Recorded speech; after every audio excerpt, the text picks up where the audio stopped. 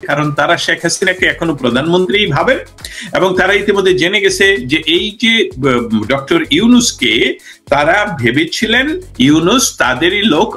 American deep state Sheikh হাসিনাকে সরিয়ে দিয়ে এমন লোককে বসানোর চিন্তা করলো যে তাদের ভ্যালুস গুলো রক্ষা করবে, আবার যে রাজনৈতিক টানাপোড়েন ইন্দো প্যাসিফিক জোন নিয়ে সেই সবগুলো থেকে তারা উত্তরণ হবে। কিন্তু ডক্টর ইউনূসের কাঁধে ভর করে যে বাংলাদেশের যে পুরাপুরি ব্যবস্থাটাই চলে গেল পশ্চিমা ভ্যালুসের বিরুদ্ধে, আফগান স্টাইল বা ইরানিয়া, স্পেশালি পশ্চিমারা যে বিষয়টা এখন সবচেয়ে বড় ভয় পাচ্ছে এটা হলো এই পশ্চিমারা এখন যে মেতে উঠেছে শেখ হাসিনাকে নিয়ে। আসলে বাংলাদেশে কি ঘটলো যে শেখ হাসিনাকে এইভাবে পুশ করে ভারতে বাংলাদেশের সশস্ত্র বাহিনী তাদের নিজস্ব পরিবহন, এই কথাগুলো কিন্তু বলতে হবে। কে পুশ করেছে? পুশ করে বাংলাদেশের সশস্ত্র বাহিনী তাদের নিজস্ব পরিবহনে ওনাকে বাংলাদেশে তাদের কোথাও সেফ জায়গায় না রেখে তারা ভারতে দিয়ে আসছেন। এবং এর এই কারণগুলো যখন ধীরে ধীরে হতে চাইলো, আনকভার হতে থাকলো, তখনই বিশ্ব মিডিয়া এবং বিশ্বের যে সকল রাষ্ট্রের রাজধানীগুলোতে আসলে বিশ্ব ব্যবস্থাপনা নিয়ে, রাজনৈতিক ব্যবস্থাপনা নিয়ে আলাপ আলোচনা করা হয়, ঠিক সেখানেই হলো এটার এই আপনার প্রশ্নের উত্তর রয়ে গেছে। হঠাৎ করে শেখ হাসিনাকে নিয়ে মেতে উঠলো কেন বিশ্ব মিডিয়া? প্রতিদিন যেভাবে তার সাক্ষাৎকার, তার বক্তব্য আসছে, এটি কেন? আপনি আপনার ব্যাখ্যা কি হবে, বিশ্লেষণ কি হবে? খুব স্বাভাবিক কিন্তু খুব শক্তিশালী প্রশ্ন। স্বাভাবিক এই কারণে যে আমরা ইতিমধ্যে আমরা যারা সংবাদ বিশ্লেষণ করি তথা রাজনৈতিক প্রেক্ষাপট নিয়ে আমরা সবসময় কাজ করি, তারা কিন্তু 5ই অগাস্টের আগেই, জুন মাস থেকেই আমরা এটা বুঝতে ছিলাম এবং আমরা এই তথ্যগুলো নিয়ে কথা বলছিলাম যে বাংলাদেশে একটি অসুস্থ পরিবেশ তৈরি করে সরকারকে আসলে একটি বিরাট এমন ভাবে বলবো যে বিরাট একটি এমন পরিস্থিতি তৈরি করতে হতে পারে, যে পরিস্থিতি মোকাবেলা করতে সরকারকে অনেক কিছু ব্যয় করতে হবে। এটার সংক্ষিপ্ত রূপে আমরা বলি রাষ্ট্রকে খেপিয়ে তোলা। আপনি যখন রাষ্ট্রকে খেপিয়ে তুলবেন তখন অনেক বড় সমস্যা দেখা যায়। আমি সেটা একটু বিশ্লেষণ করতে হবে এই কারণটা। ব্যক্তিগতভাবে আমাকে খেপিয়ে তুললে যেরকম একটি মানুষ তার হিতাহিত জ্ঞান চ্যুত হয়, রাষ্ট্রকে যখন খেপিয়ে তোলা যায় যে টেকনিক ব্যবহার করলে, তখন রাষ্ট্র স্বাভাবিকভাবে তার আইন প্রয়োগে বাধ্য হয়, যেটার জন্য তার সাংবিধানিক বাধ্যবাধকতা রয়েছে। রাষ্ট্রের সম্পত্তি আপনি যদি আক্রমণ করেন আর পুলিশ সেখানে বাধা না দেয়, আর পুলিশকে আক্রমণ করলে পুলিশদের গুলি করার অধিকার রয়েছে, এসবগুলো আইনসম্মত। অতএব এই স্টেপগুলো যদি রাষ্ট্র গ্রহণ না করে, তাহলে রাষ্ট্রের যে সার্বভৌমত্ব, দেশ চালানোর যে আমি বলবো ক্ষমতা, সেটা নষ্ট হয়ে যায়। তখন রাষ্ট্রের মানুষগুলো আর সেই সরকারকে, সেই সরকারের পুলিশ বাহিনীকে, নিরাপত্তা বাহিনীকে আর মর্যাদা দেয় না, সহজ বাংলায় আর ভয় পায় না। তখন তারা অপরাধে লিপ্ত হয়, যেই কাজটা তারা করেছে অ্যাকচুয়ালি। অতএব বিশ্ব ব্যবস্থা, যেমন আমরা আপনার প্রশ্নের উত্তরে আমরা যেতে পারি যে 5 জুলাই অগাস্ট মাসের আন্দোলনের ঠিক আগেই বিশ্বে যে সকল জায়গায় প্রধানমন্ত্রী শেখ হাসিনা গিয়েছেন, এমনকি তৎকালীন যুক্তরাজ্যের প্রধানমন্ত্রী শেখ হাসিনা বসা ছিলেন চেয়ারে, আর তিনি মাটিতে হাঁটু গেড়ে তার সাথে মাথা সমান করে কথা বলার জন্য উনি হাঁটু গেড়ে বসেছিলেন। এটা মাত্র কিছুদিন পূর্বে, গত 24 সনের। এই বিষয়গুলোকে যদি আপনি একটি জায়গায় নিয়ে আসেন, তাহলে সকলের কাছে এটা ছিল একটি বিরাট প্রশ্নবোধক চিহ্ন। আসলে বাংলাদেশে কি ঘটলো যে শেখ হাসিনাকে এইভাবে পুশ করে ভারতে বাংলাদেশের সশস্ত্র বাহিনী তাদের নিজস্ব পরিবহন, এই কথাগুলো কিন্তু বলতে হবে।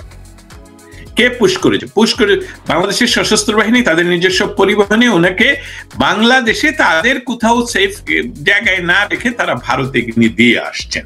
এবং এর এই কারণগুলো যখন ধীরে ধীরে হতে চাইলো, আনকভার হতে থাকলো, তখনই বিশ্ব মিডিয়া এবং বিশ্বের যে সকল রাষ্ট্রের রাজধানীগুলোতে আসলে বিশ্ব ব্যবস্থাপনা নিয়ে, রাজনৈতিক ব্যবস্থাপনা নিয়ে আলাপ আলোচনা করা হয়, ঠিক সেখানেই হলো এটার এই আপনার প্রশ্নের উত্তর রয়ে গেছে। কারণ তারা শেখ হাসিনাকে এখনো প্রধানমন্ত্রী ভাবেন এবং তারা ইতিমধ্যে জেনে গেছে যে এই যে ডক্টর ইউনূসকে তারা ভেবেছিলেন ইউনূস তাদেরই লোক। তার অর্থ হলো যে ভ্যালুস গুলো, পশ্চিমা ভ্যালুস গুলো, পশ্চিমা ভ্যালুজের মানে সবচেয়ে বড় যে ভ্যালুটা নিয়ে আমরা আলাপ করতে পারি সেটা হলো, মানে যদি এটা শব্দটা অনেকে মনে করবেন এটা কমিউনিজমের, বাট না, এখন সামাজিক অর্থে সাম্য, যে সকল মানুষের সম অধিকার, সকল ধর্মের সম অধিকার। আপনার রাষ্ট্রের ভেতরে এক ধর্ম বেশি সুযোগ সুবিধা পাবে, আরেক ধর্ম পাবে না, এসবগুলো আর নাই ওয়েস্টে। এমনকি আমেরিকার কথা বলছি, আপনারা টাইমস স্কোয়ারে দেখতে পাচ্ছেন আপনারা নামাজ হচ্ছে, পূজা হচ্ছে টাইমস স্কোয়ারের মতন জায়গায়। অতএব কেউ যে, এবং ওয়াশিংটন ডিসিতে এক সময় আমার এখন দিনটা মনে নেই, ঘন্টা মনে নেই, আমি উদাহরণটা দিই, কোনো একটা কারণে ওয়াশিংটন ডিসির সবচেয়ে বড় মসজিদে কনস্ট্রাকশনে ছিল, সামথিং লাইক দ্যাট। তারপর দেখা গেল যে সেই নামাজের আয়োজন, জুম্মার নামাজের আয়োজন করা হলো সবচেয়ে বড় যে চার্চ এখানে, সেই চার্চের ব্যবস্থা করে দেওয়া হলো। এইসবগুলো হলো ভ্যালুস, যেসবগুলো পশ্চিমারা। তা ডক্টর ইউনূস যে নোবেল প্রাইজ পাওয়া ব্যক্তি, যদিও আমেরিকান ডিপ স্টেট শব্দটা এত বেশি ব্যবহৃত হয়, আমি ব্যবহার করি না কখনো, কিন্তু ডিপ স্টেট সহজভাবে বললে সহজ নয়। আমরা কি আসলে ডিপ স্টেট সম্বন্ধে জ্ঞান জানি না, আমিও জানি না তেমন ভালো করে। তবে এরা শেখ হাসিনাকে সরিয়ে দিয়ে এমন লোককে বসানোর চিন্তা করলো যে তাদের ভ্যালুস গুলো রক্ষা করবে, আবার যে রাজনৈতিক টানাপোড়েন ইন্দো প্যাসিফিক জোন নিয়ে সেই সবগুলো থেকে তারা উত্তরণ হবে। কিন্তু ডক্টর ইউনূসের কাঁধে ভর করে যে বাংলাদেশের যে পুরাপুরি ব্যবস্থাটাই চলে গেল পশ্চিমা ভ্যালুসের বিরুদ্ধে, আফগান স্টাইল বা ইরানিয়া, স্পেশালি পশ্চিমারা যে বিষয়টা এখন সবচেয়ে বড় ভয় পাচ্ছে, যেটা ওই যে মাওলানা যিনি একটা হোটেলে ধরা পড়ে জেলে ছিলেন, সে কিন্তু ডিক্লেয়ার করেছে ইতিমধ্যে যে আমাদের, ইচ্ছা করি বলি না, আচ্ছা ধন্যবাদ আপনাকে বলার জন্য। সেই ব্যক্তিটা কিন্তু কিছুদিন আগেই বললেন যে বাংলাদেশে এখন ইসলামী রেভলিউশন তৈরির ধাপের দিকে এগিয়ে যাচ্ছে। এসবগুলো হলো পশ্চিমাদের কাছে আমি বলবো যে আমি তো আমার কাজ, আপনার কাজ, তৌফিক মারুফ ভাই আপনাকেও কংগ্রেচুলেশন এবং স্যালুট জানাই। আমাদের কাজ তো রাজনৈতিক কোনো দলকে ক্ষমতায় বসিয়ে দেওয়ার জন্য আমি করছি না, আপনি করছেন না। আমরা যে কাজটা করছি যে বাংলাদেশ যে রাজনৈতিক ভ্যালুসের উপর দাঁড় করে বঙ্গবন্ধু তৈরি করে দিয়ে গিয়েছিলেন, সেই দেশটি যাতে সেই ভ্যালুস গুলো রক্ষা করে ভবিষ্যতের পথে আগায়। 15 বছর আওয়ামী লীগ ক্ষমতায় ছিল, আমি 15 সেকেন্ডের জন্য দেশে যাইনি, কোনো সরকার প্রধানের সাথে আমার কোনো লেনদেন দরবার নেই। কিন্তু এখন যে যুদ্ধ অবস্থা, এটা হলো এই পশ্চিমারা এখন যে মেতে উঠেছে শেখ হাসিনাকে নিয়ে, তখন শেখ হাসিনাকে নিয়ে আমরা প্রতিদিন দিন রাত, আপনি আমি, যে আমরা আসলে শেখ হাসিনার পক্ষে কাজ করছিলাম না, আমরা করছিলাম আসলে বাংলাদেশে যে মৌলবাদের বীজ এখন অঙ্কুরিত হচ্ছে, ঢাকা ইউনিভার্সিটি যে মাদ্রাসা হয়ে যাচ্ছে, ঢাকা ইউনিভার্সিটিতে যে খেলাফতের মিছিল হচ্ছে ওপেনলি, সমস্ত জেলখানাকে, এমনকি জুলাই মাসে নরসিংদীর জেলখানা ভেঙে যেখানে এই জঙ্গিদেরকে উনি জেলে পুরে রেখেছিলেন, তাদের সকলকে মুক্ত করে নেওয়া হয়েছে। এই বিষয়গুলো এখন পশ্চিমাদের কাছে উদ্বেগ। এবং আপনারা জানেন যে পশ্চিমা ভ্যালুস গুলোর মৌলিক যে আমি বলবো ধরে রাখার জন্য যে কাজ করে, তারা হলো এই সুপার ইনফ্লুয়েন্সিয়াল পাওয়ার হাউস গুলো, যেমন আমি বলছি রয়টার্স এর কথা। অতএব রয়টার্স দিয়ে যখন শেখ হাসিনা শুরু করলেন, what a game change matter. So তারপর এখন তো সকলেই উদ্গ্রীব ওনার সাথে কথা বলতে, কারণ হলো রয়টার্স হলো বিশ্বব্যাপী আমাদের এই সংবাদগুলোকে সংগ্রহ করায়, আমাদের বিভিন্ন গণমাধ্যমে তারা সংবাদগুলোকে সরবরাহ করে। অতএব এই সংবাদের সাথে যখন শেখ হাসিনা এসে কথা বলা শুরু করলেন বাংলাদেশ ব্যবস্থা নিয়ে, বাংলাদেশে কি হয়েছে তা নিয়ে, তখন বিশ্বের অন্যান্য গণমাধ্যম শেখ হাসিনাকে নিয়ে তোলপাড় করবে, এটাই স্বাভাবিক। কারণ তারা সরাসরি জানতে চাচ্ছে আসলে বাংলাদেশে সেই দিন কি হয়েছিল, বাংলাদেশে এই ব্যবস্থাটা, যে ব্যবস্থাটা ডক্টর ইউনূস তৈরি করেছেন, 15 মাস গত হলো, নির্বাচনের কোনো কিছুই দেখতে পাচ্ছি না, বা পৃথিবীর কেউ দেখতে পাচ্ছে না। একটি দেশ এত দীর্ঘ সময় ধরে অগণতান্ত্রিক, অসাংবিধানিক সরকার নিয়ে কিভাবে পরিচালিত হচ্ছে, এই সার্বিক বিষয়গুলো নিয়েই আসলে ছিল, আমি বলবো, পশ্চিমা গণমাধ্যমের উৎসাহ।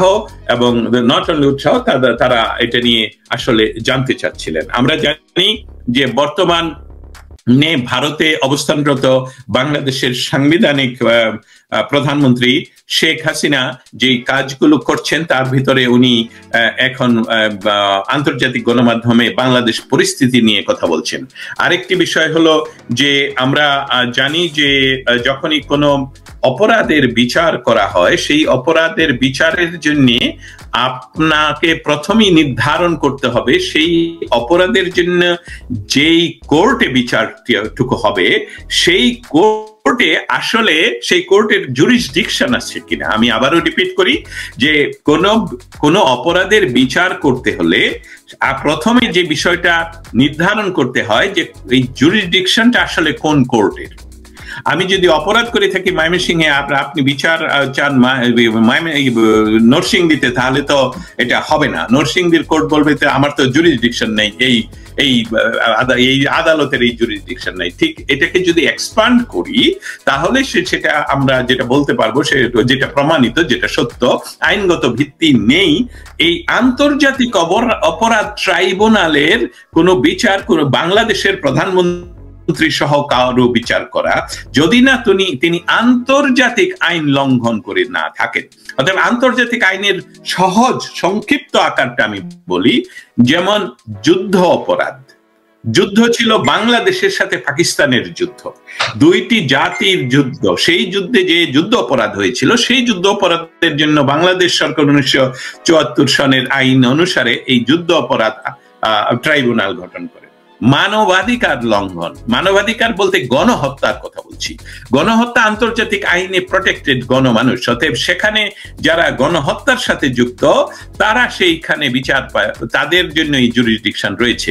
কিন্তু বাংলাদেশের যে কোনো প্রধানমন্ত্রী, শেখ হাসিনা শুধু নয়, বাংলাদেশের যে কোনো প্রধানমন্ত্রী, রাষ্ট্রপতি, তাদের দেশ পরিচালনা করার সুবিধার্থে যদি কোনো আইনের ব্যত্যয় ঘটেও থাকে, তাদের এই, আমি বলবো, অন্য লম্বা করবো না, অন্য দিকে যাব না, কিন্তু এই আন্তর্জাতিক অপরাধ ট্রাইব্যুনাল প্রথমেই তার জুরিসডিকশন নেই এ নিয়ে বিচার কার্য পরিচালনা করা। অর্থাৎ এখানে এটাকে এই জন্য বলা হচ্ছে ক্যাঙ্গারু বিচার, কারণ এটা একটা বিষয় যে আমার হাতে এখন ক্ষমতা, আমি যা খুশি তা করব। তারপরের ঘটনাগুলো আপনি নিজে জানেন যে সেখানে তার সরকার কর্তৃক নিয়োগপ্রাপ্ত, আপনি বলেন নিয়োগপ্রাপ্ত, তারা এসে অ্যাডভোকেট বা ওনার কৌশলী, সে তার ভিডিওতে অনলাইনে আমরা দেখতে পাচ্ছি। অতএব এই বিচারে কি হবে না হবে এটা তো আমরা আগেই জেনে গেছি। অতএব এটা একটা প্রভাব। আমি এই জায়গাটিতে যে দুঃখিত, মাঝখানে আমার একটু টেকনিক্যাল একটু সমস্যা হয়েছিল, কিন্তু আপনাকে ধন্যবাদ যে আপনি আপনার কথা দর্শক ঠিকই শুনতে পাচ্ছিলেন। আমি যে প্রশ্নটি একটু করতে চাচ্ছি যে এই শেখ হাসিনার কে নিয়ে মিডিয়া, বিশ্ব মিডিয়া যেভাবে জেগে উঠলো, এটি বাংলাদেশের মানুষের মধ্যেও নতুন করে একটা কৌতূহল তৈরি করেছে, বাংলাদেশের মানুষের মধ্যেও একটা জাগরণ তৈরি করেছে।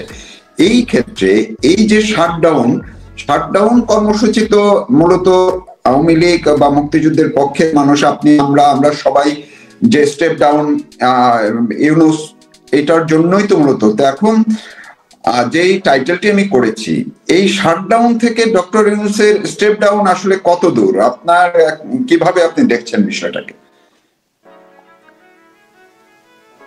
Shutdown to step down, nice, খুব সুন্দর কাব্যিক ভাবেই দিয়ে করা।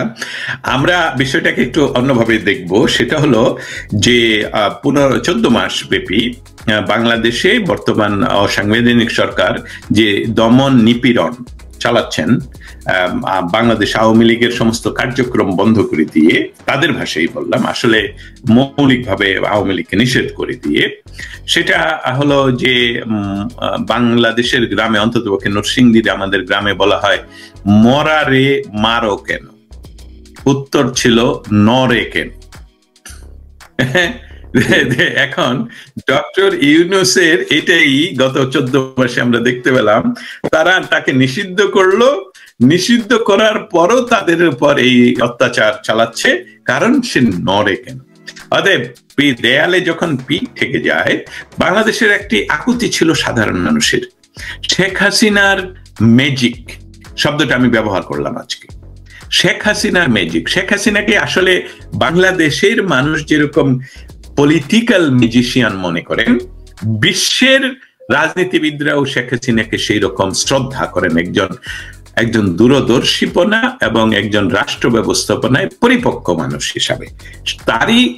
তারই একটি প্রকৃষ্ট প্রমাণ আমরা পেয়ে গেলাম যখন তিনি ডাক দিলেন ঢাকা বন্ধ বা ঢাকা লকডাউন।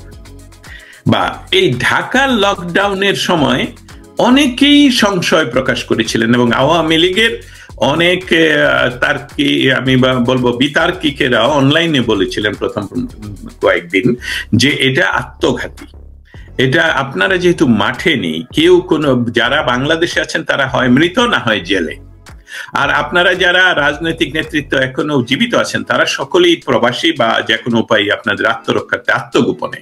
অতএব মাঠে আপনারা নেই, সেখান থেকে আপনারা যদি লকডাউন সফল করবেন কিভাবে? আমরা গত 50 বছরের ইতিহাসে দেখে এসেছি যে কোনো ধরনের আন্দোলন সফল করতে হলে তাদের মাঠে না থাকতে হয়, আগের রাতে মশাল মিছিল করে, বহু কিছু করে, পিকেটিং করে, যাতে মানুষকে দূরে রাখা যায় এবং উদ্বুদ্ধ করা যায়। কিন্তু এইবার এটা কিভাবে সফল হবে? ম্যাজিকটা হলো এই যে আমরা কিন্তু দেখলাম মাঠে কোনো পিকেটিং নেই, কোনো ধরনের মশাল মিছিল ছিল না আগের রাতে, কিন্তু সারা বাংলাদেশে কি জানি ছিল লকডাউন ঢাকা। কিন্তু আমার কাছে অন্ততপক্ষে এক ভিডিও ক্লিপ এসেছে 1000-এর উপরে, যে সারা বাংলাদেশের সমস্ত ভেইন রাস্তাগুলোতে তারা দখল করে বন্ধ করে। অতএব এই যে ম্যাজিক, এটা শেখ হাসিনা যেরকম কালকে বঙ্গবীর কাদের সিদ্দিকী বললেন যে আমি তো অনেক পরে বুঝতে পারলাম যে শেখ হাসিনা যেটা বহুদিন আগেই বুঝলো ডক্টর ইউনূস কত খারাপ মানুষ, হ্যাঁ আমি তো সবার শেষে বুঝলাম।